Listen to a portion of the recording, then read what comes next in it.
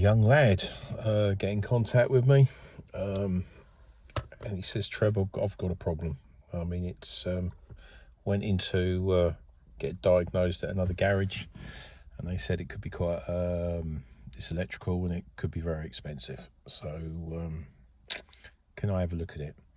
So I says, yeah. So this is roughly what I've got here. I've asked them a few questions, as I usually do, and if the customer's fairly up to it, they can answer. And it says, hi, it's a Mark II 2001 Clio, and the fault codes were intake sensor, a manifold sensor, and an exhaust sensor. And then he says the glow plug light comes on, which is that one there. And after he went through a puddle, he ended up having problems. But I can make it do it without no water, and he's got it staying on. And then what I said, obviously I didn't know his name at the time, and I said, does it cut out at times, and does it misfire at times? So these were, and then obviously he's come back and he says it almost cuts out. And then he actually gives us a fair amount of information. He said, I'm not sure about the misfires, and to be honest, I don't think it is misfiring. Then I have a guess what car it is, and then we carry on. So he dropped the car off, and he said it cut out yesterday. So obviously I must have had some idea that it was going to cut out eventually. So these are the fault codes I've got when I plugged into it first time. I've got a fuel circuit functional, and it's running rich. Now, I believe the problem with that is it's got an exhaust leak. So I dismoved it. But this one here, DF045, manifold pressure sensor, between the pressure and return. And then what I've done is I cleared the codes, and then I went in again. Don't worry about the coils and the commands for the injectors and those, because I actually disconnected the other bits and pieces. The fuel circuit's come back. I've got the manifold pressure, which is the same one, but then if you have a look here, we've got the same fault codes, DF45, DF045, and this one just says manifold pressure sensor circuit below minimum level.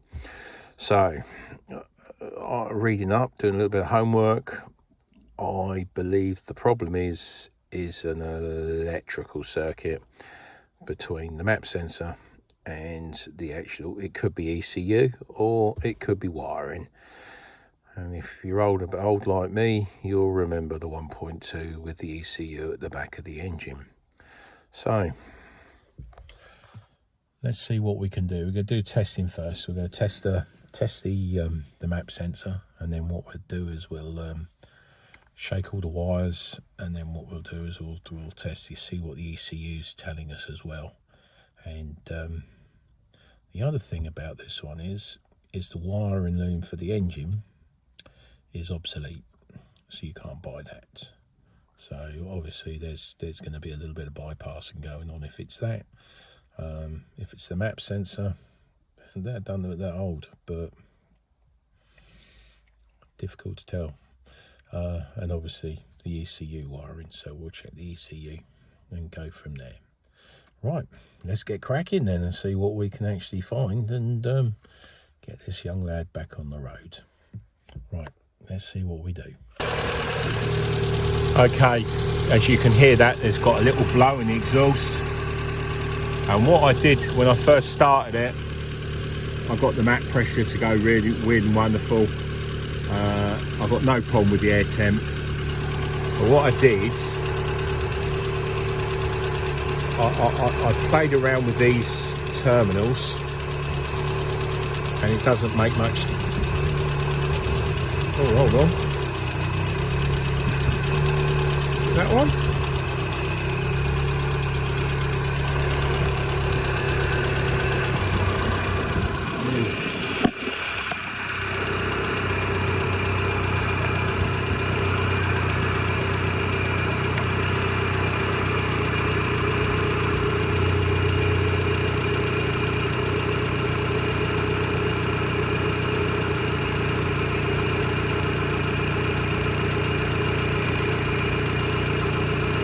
Not that one. Certainly not a terminal.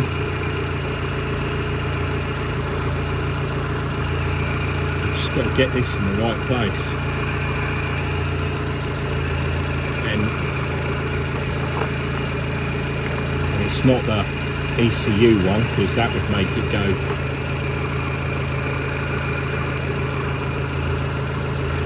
I think what I've done is put it back together again.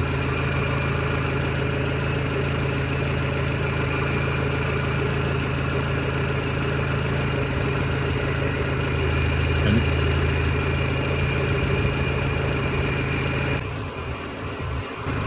the problem's in there. There it goes.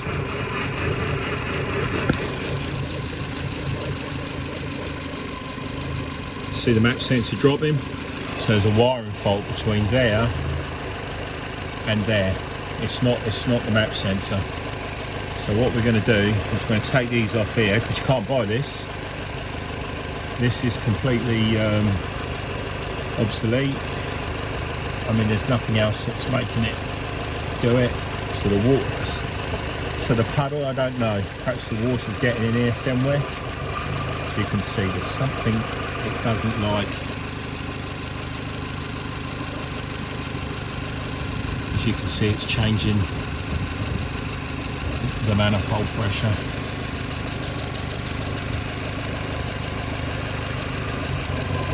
There we go again, and the straight back up. And it's not leaking there. It's definitely that wiring.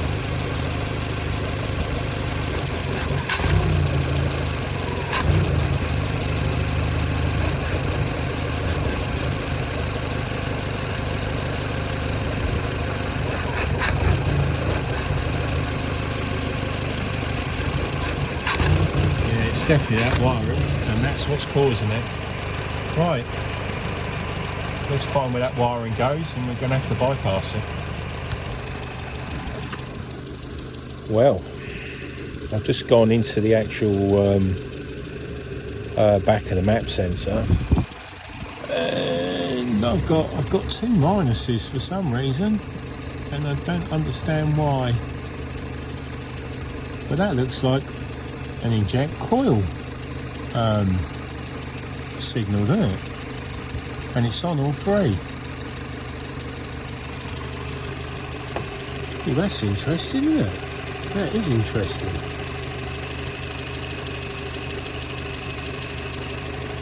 Well, it interests me anyhow. And I've wriggled this, but I can make it. There's definitely something. So what I think I'm going to do is I'm gonna, because obviously these wires come down through here into the ECU, and I believe, I mean, I don't really want to cut these, to be honest, because I don't know how deep it goes and where it is. And as I say, I can't buy the wiring loom, and I know the map sensor's the problem.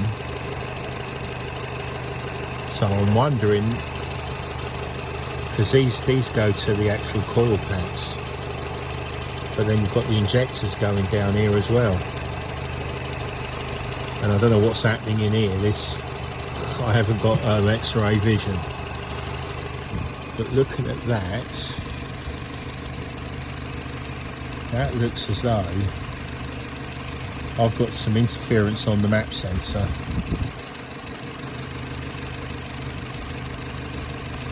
Got to be wiring. It's got to be. Or is it just picking up interference? But they wouldn't have designed that into the system. It shouldn't be backfeeding coming through there either. So I think what I'm definitely going to do is actually bypass the wires, and we'll see what we get from there, and hopefully I'll get rid of that, because that's not good. You can see where it's running reach. So I mean, I shouldn't be able to do diagnostics on the on the ignition side at all, the primary or secondary. Interesting, absolutely interesting. The other problem is though, is what else is it touching? Is it touching? But the only codes I've got at the moment is on the map sensor, so I'm going to bypass that first. Right, okay, I know what I'm doing now. Okay, with a bit of playing around, found a few dodgy wires. These two here, and let's bring it right out.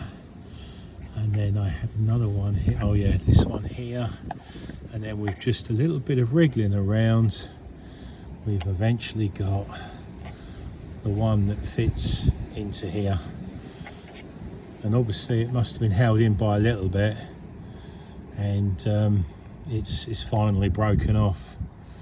Right, all I've got to do now is get that out of there and resolder it onto that terminal. Hopefully that's right, but there's definitely something with this wiring with shaking it about. I don't understand this, the primary waveform. I don't, or is it the secondary? One of the two, I can't remember. But I don't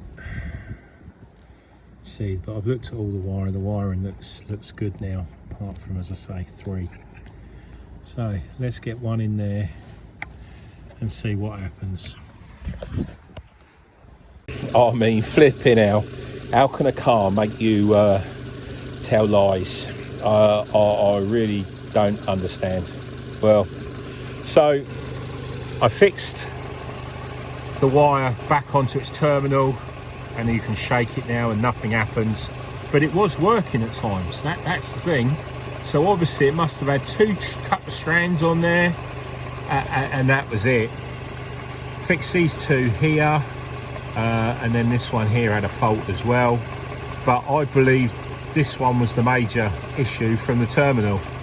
And you know what I turned around and said about the oxygen sensor? I thought there was an air blow in the front there. I fixed those wires and she's running like an absolute dream. My manifold pressure's down to 329 instead of 400, and I'm pretty sure that is the signal wire of going in there. So it'll make this young man happy now. At least he can drive to work now and he ain't going to break down. And I'm just going to tidy them wires up, put some tape around it, and but no, you can actually hear the difference. She's running quite sweet at the moment, and I mean, I've shaken it real bad. There's no fault codes come back. Let's have a look. You watch it prove me wrong. No fault codes, and that was the problem. All it was just, I would say, a few dodgy wires, and that was what was causing the issue. I say, anyone round Fleet area, Farnborough, you need hands, I say give us a shout. I'm back on the road now, so keeps the old grey cells going, and keeps you on the road. Thanks for watching, and hopefully this helps. Cheers, bye.